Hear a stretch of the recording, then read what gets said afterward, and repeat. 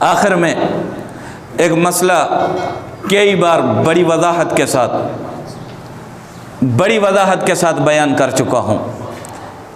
کہ جیسے میں نے آپ کو کہا کہ رجب کے مہینوں کو رسم و رواج اور فضول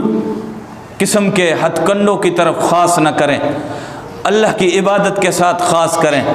تو رجب میں ایک بدعت، ایک جاہلانہ رسم جس کی تردید صرف میں اکیلا نہیں کر رہا، جو میں صرف اکیلا آپ سے نہیں بول رہا، بلکہ اہل سنت کے چاہے دیوبندی ہوں، چاہے بریلوی ہوں، چاہے اہل حدیث ہوں، سب نے کہا کہ یہ بدعت ہے، اسلام کا اس سے کوئی تعلق نہیں، اور وہ بدعت رجب کے کنڈے ہیں، رجب کے کنڈے ہیں جو منسوب ہیں ہمارے امام اعظم امام ابو حنیفہ رحمۃ اللہ علیہ کے استاد محترم حضرت امام جعفر صادق رحمۃ اللہ علیہ کی طرف۔ ان کے نام سے یہ منسوب ہیں،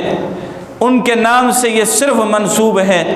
در حقیقت یہ حضرت امیر معاویہ رضی اللہ تعالی عنہ کے بغض میں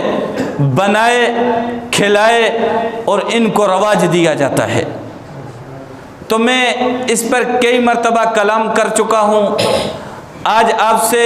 اس عنوان پر کوئی کلام نہیں کرنا چاہتا، صرف اتنا کہنا چاہتا ہوں کہ ہمیں جناب نبی مکرم صلی اللہ تعالی علیہ وسلم کے محبوب صحابی، جناب نبی مکرم صلی اللہ تعالی علیہ وسلم کے رازدار صحابی، کاتب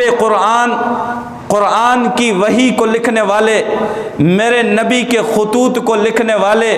میرے نبی کے خادم خاص، میرے نبی کی زبان اطہر سے ہادی و مہدی کا لقب پانے والے، کہ جن کے لیے میرے اور آپ کے امام، میرے اور آپ کے خلیفہ راشد، میرے اور آپ کے خلیفہ رابع علی المرتضی رضی اللہ تعالی عنہ فرماتے تھے کہ ہم نے جب بھی ہمیں مہدی کو دیکھنا ہوتا ہم امیر معاویہ کو دیکھ لیا کرتے تھے، کیونکہ امیر معاویہ کے لیے پیارے نبی نے فرمایا کہ امیر معاویہ یہ ہادی بھی ہے، مہدی بھی ہے، ہمیں جب مہدی کی طلب ہوتی، مہدی کو دیکھنا چاہتے، اگرچہ اصل امام مہدی قرب قیامت کے دور میں آئیں گے، مگر پیارے نبی نے معاویہ کو بھی مہدی کہا ہے، اس لیے ہمیں جب معاویہ مہدی کو دیکھنے کی طلب ہوتی ہم معاویہ کو دیکھ لیتے، ہمیں حضرت سیدنا امیر معاویہ رضی اللہ تعالی عنہ سے پیار ہے، اس واسطے ہمیں رجب کے کنڈوں سے انکار ہے۔ بس باقی کنڈے کھانا جائز ہے، ناجائز ہے، حرام ہے، بابا ہم تو ہر چیز کھاتے ہیں، ہر چیز کھاتے ہیں۔ اب یہی کنڈے شعبان میں لے آؤ منڈ کے کھائیں گے،